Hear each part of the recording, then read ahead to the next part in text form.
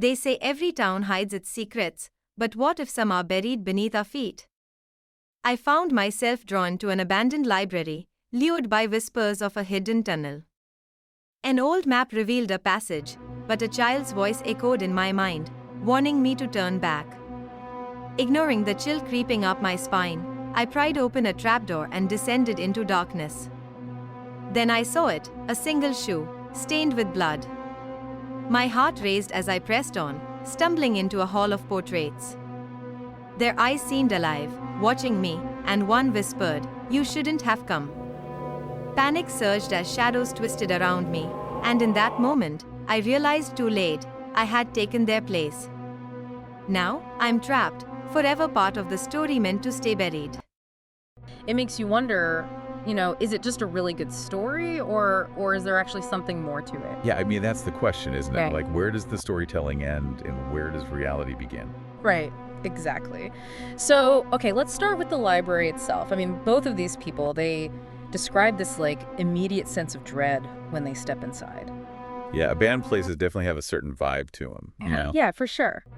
But this is more than that. It's like they're stepping into this time capsule, But instead of feeling nostalgic, they just get this overwhelming feeling that something's not right. Yeah, I can see that, like a heavy atmosphere. Yep, exactly. Like the air is thick with dust and there's this heavy silence. It's almost like the building itself is holding its breath.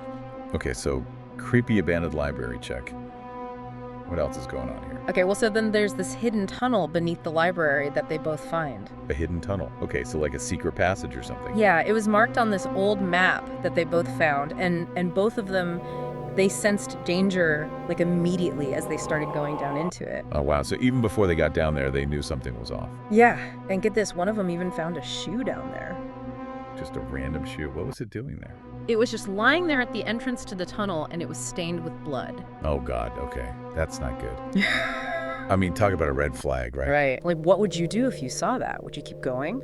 I don't know. Probably not. I mean, a bloodstained shoe in a hidden tunnel, that's a hard pass for me. Yeah, I think I'd be turning around right about then, too.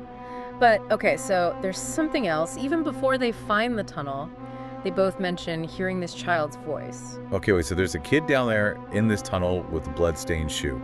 No, it's not like that. It's more like a whisper coming from the shadows, almost like a warning. Okay, so a mysterious child's voice warning them to turn back? That's pretty creepy. Right, and that voice, it keeps popping up throughout both of their stories. Really? Like it's following them or something? Yeah, it's this recurring thing. It almost feels like it's some kind of bad omen, like something bad's about to happen. Huh.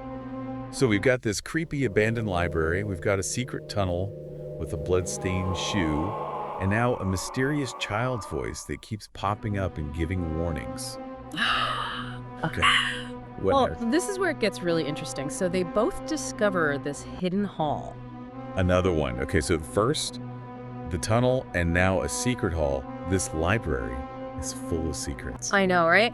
So this hall is filled with portraits, and that's when things get really creepy. Okay, wait, a hall of portraits? Why is that so creepy? I mean, I've been to museums with tons of portraits. Yeah, but these aren't just like regular paintings. They're watching the narrators. Watching them? What do you mean, like they're moving their eyes or something? Well, not exactly, but Yeah. they both describe this feeling of being observed. Like these portraits are looking right at them, and some of them even seem to be whispering. Okay, yeah, that's creepy, like they're trying to communicate or something. Yeah, and the way they describe these portraits, like they're looking into these hollow eyes that follow your every move. It's like they're being judged or something. Yeah. I think portraits, they already have that kind of unsettling quality, like those eyes staring back at you. Yeah, it's like they're windows into another time.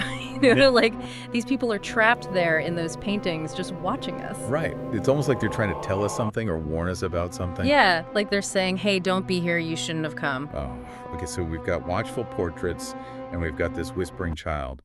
But is there any connection between the two? Well, that's the thing. The child that they kept hearing the voice of it actually appears in this hall. Oh, wow. Okay, so it's not just a voice anymore. It's like a full-on ghost kid now. Right, and they describe it as this pale figure with these hollow eyes and this really wide, disturbing grin. Oh, God, that sounds terrifying. Like something out of a horror movie.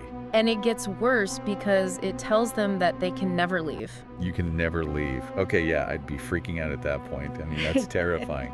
Imagine hearing those words, in a silent hall surrounded by these staring portraits. It's like the stuff of nightmares, right? Right. Yeah, that's definitely nightmare fuel right there. Yeah. So what happens next? I mean, they can't just stay trapped in there forever, right? Well, that's the thing. They wake up. They wake up like it was all a dream. That's what it seems like at first. They're back in the library and there's no sign of the tunnel or the portraits. Okay, but if it was all a dream, then why are we talking about it? There's got to be more to it. Oh, there's definitely more to it because even though they're back in the library, something's still off.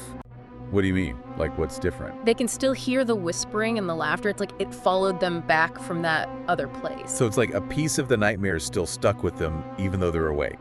Yeah, and it gets weirder because the town outside has changed too. It's all decayed and empty, almost like time has warped around them. Hold on, so the town itself is different now? Yeah, and then they see a newspaper headline that says, "Library collapse claims one, body never recovered." Wait, their body. So they're dead. But they're also standing right there reading the headline. That's the thing, it's like they're existing outside of time now, like ghosts in their own lives. Wow. Okay, so they're trapped in this weird in-between place. They're technically dead, but still alive. And then there's the mirror. The mirror? What happens with the mirror? They both describe looking into a mirror and seeing a reflection that's not quite their own. Like their hair is streaked with gray and their eyes are hollow. It's almost like they're becoming one of the portraits. Oh, God. Okay, that's seriously creepy. Like the haunting is starting to change them physically. Right, and then here's the most chilling detail of all. As one of them is driving away, they hear a voice from the back seat. A voice in the back seat? Like a hitchhiker or something? No, it's their own voice, but it's distorted and menacing, and it whispers, "You shouldn't have come." Oh, wow. So the haunting is following them. It's like it attached itself to them and won't let go. Yeah, and that's where the first part of their stories end. Okay, so we've got two separate accounts, both ending with this chilling warning and this lingering feeling that something's not right. I'm hooked already. What happens next? We'll have to wait for part 2 to find out, but trust me, it gets even weirder.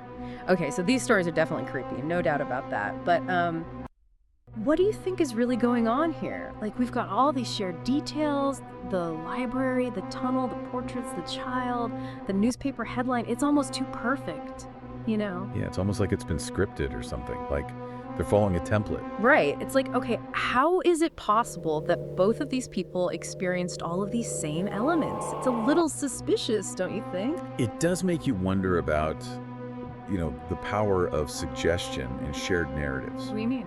Well, like, could they have been exposed to a similar local legend?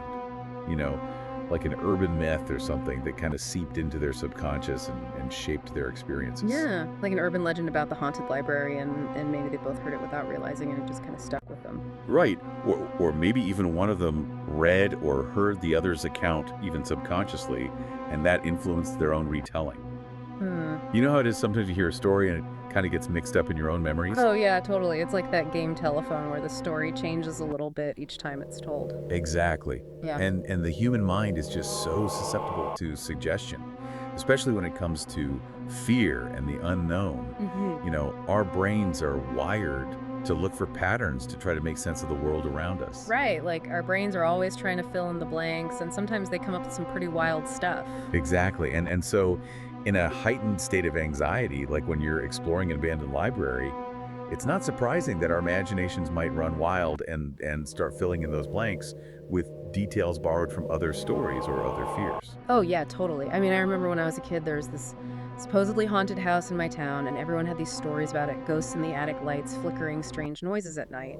And of course, as a kid, I was both terrified and completely fascinated by it. Oh yeah, I bet haunted houses always capture the imagination. But looking back now, I wonder how much of it was real and how much was just the power of suggestion. Like a collective narrative that we all just kind of bought into because everyone else believed it. Right. It's like a shared delusion almost. Like we were all feeding off each other's fear.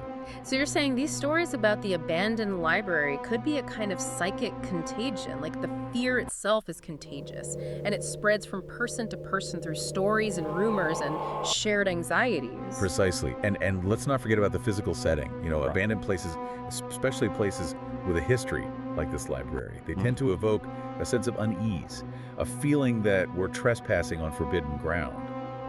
And that atmosphere alone can prime our minds for a supernatural experience, even if there's nothing truly paranormal happening. Yeah, that makes sense.